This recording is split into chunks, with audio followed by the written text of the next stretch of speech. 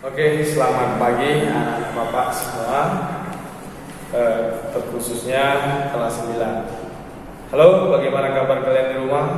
Bapak harap sehat-sehat selalu ya, tetap jaga kesehatan. Hari ini Bapak masih mengajar pelajaran seni budaya.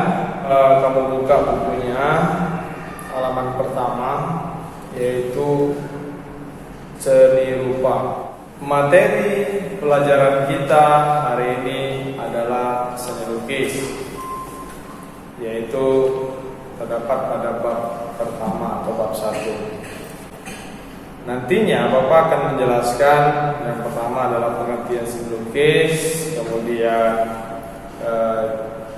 aliran seni lukis, dan tujuan seni lukis.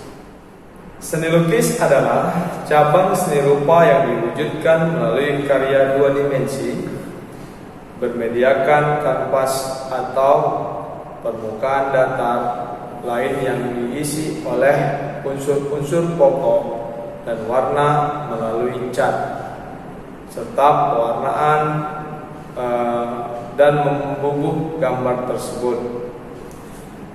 Biasanya lukisan itu berisi oleh ekspresi pada setiap seniman atau si pembuat.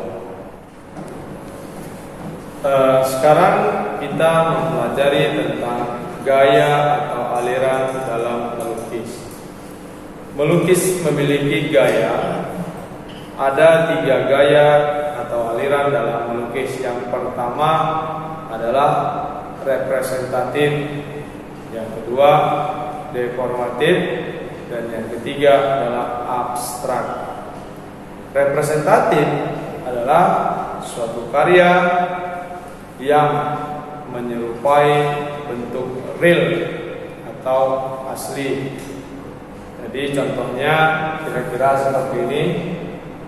Ya, maksudnya setiap melukis kita mengambil objeknya secara langsung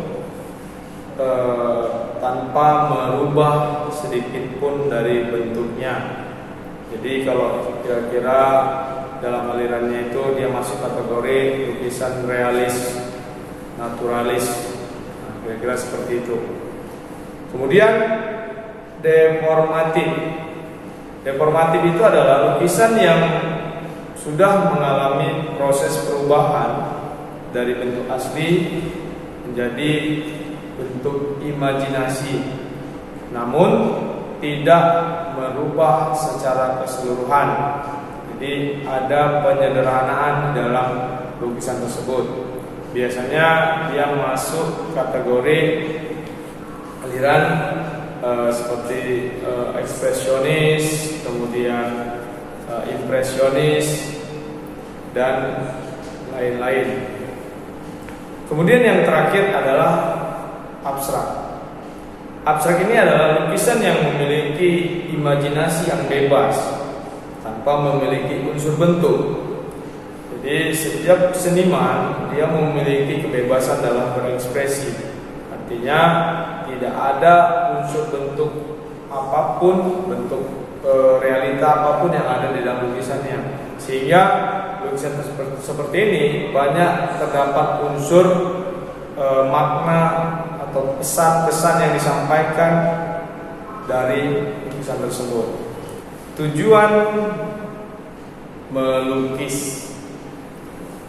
Melukis, sedikit Bapak jelaskan sejarah dari melukis.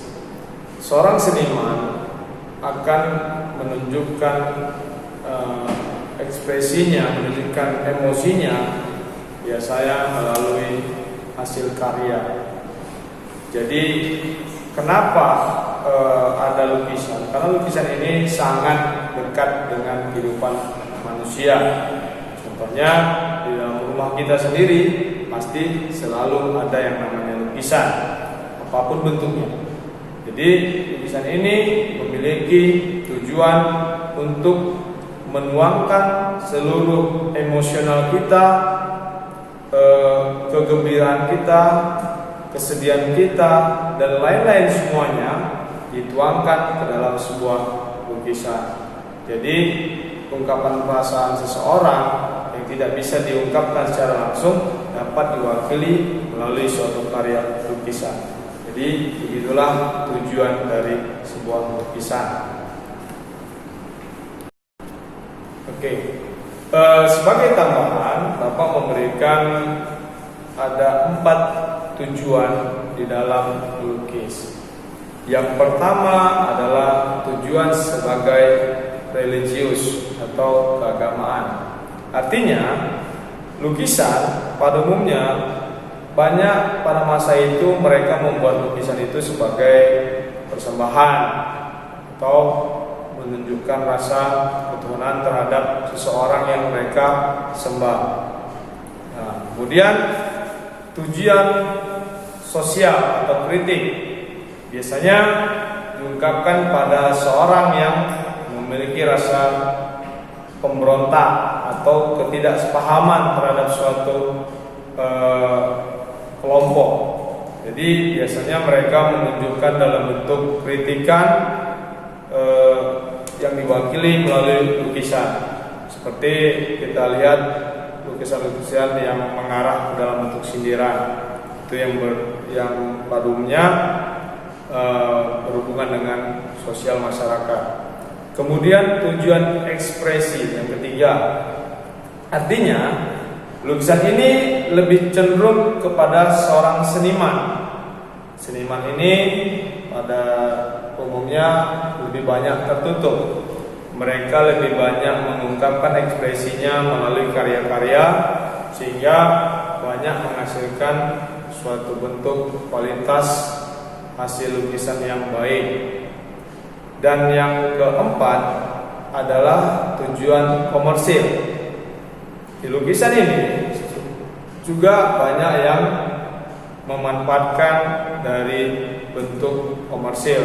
Contohnya, kita melakukan atau menggambar sesuatu sesuai pesanan, tentunya akan mendapatkan nilai keuntungan. Jadi manfaat melukis sangat banyak sekali. Sekarang kita masuk ke dalam pembahasan tema seni lukis. Apa itu tema? Tema itu adalah konsep yang akan kita buat di dalam melukis. Jadi setiap orang yang ingin membuat karya tentunya harus sesuai dengan tema apa yang ingin dia tuangkan ke dalam lukisannya. Ada beberapa tema yang nanti Bapak akan jelaskan apa saja yang sesuai dengan suatu bentuk karya. Yang pertama adalah temanya adalah manusia dengan dirinya sendiri. Ini sering kita lihat pada lukisan potret wajah.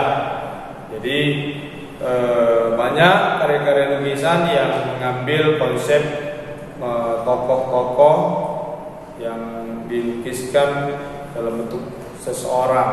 Salah satunya lukisan Mona Lisa itu adalah manusia dengan dirinya sendiri. Tuh. Yang kedua, manusia dengan manusia lain. Ini lukisan yang berhubungan dengan kehidupan sosial. Jadi biasanya lukisan realis. Jadi dia melukiskan suatu bentuk kejadian yang dimana objek-objeknya itu sedang ada aktivitas di dalam suatu kegiatan, sehingga dia lukis dalam bentuk kegiatan manusia. Kemudian yang ketiga adalah manusia dengan alam sekitarnya. Berarti ini masuk kategori lukisan pemandangan. Jadi lebih condong dia masuk kategori lukisan naturalis. Jadi lukisannya ini bernuansa alam dan di sekelilingnya terdapat beberapa unsur-unsur tumbuhan, hewan dan lain-lain. Kemudian yang keempat itu adalah manusia dengan alam benda. Berarti ini lukisan yang berkaitan dengan benda di sekitarnya. Dan yang kelima, manusia dengan aktivitasnya. Nah, ini manusia dengan aktivitasnya dia juga masuk ke dalam kategori lukisan realis. Ini artinya objeknya itu sangat real, sangat nyata dengan situasi kondisi yang ada pada saat terjadinya situasi sosial atau masyarakat yang sedang melakukan aktivitas. Yang keenam yaitu manusia dengan alam khayalnya. Berarti ini masuk kategori lukisan imajinasi. Dia menggabungkan unsur hasil mimpinya atau khayalannya yang dituangkan ke dalam bentuk lukisannya. Oke, demikianlah materi penjabaran yang bisa Bapak sampaikan.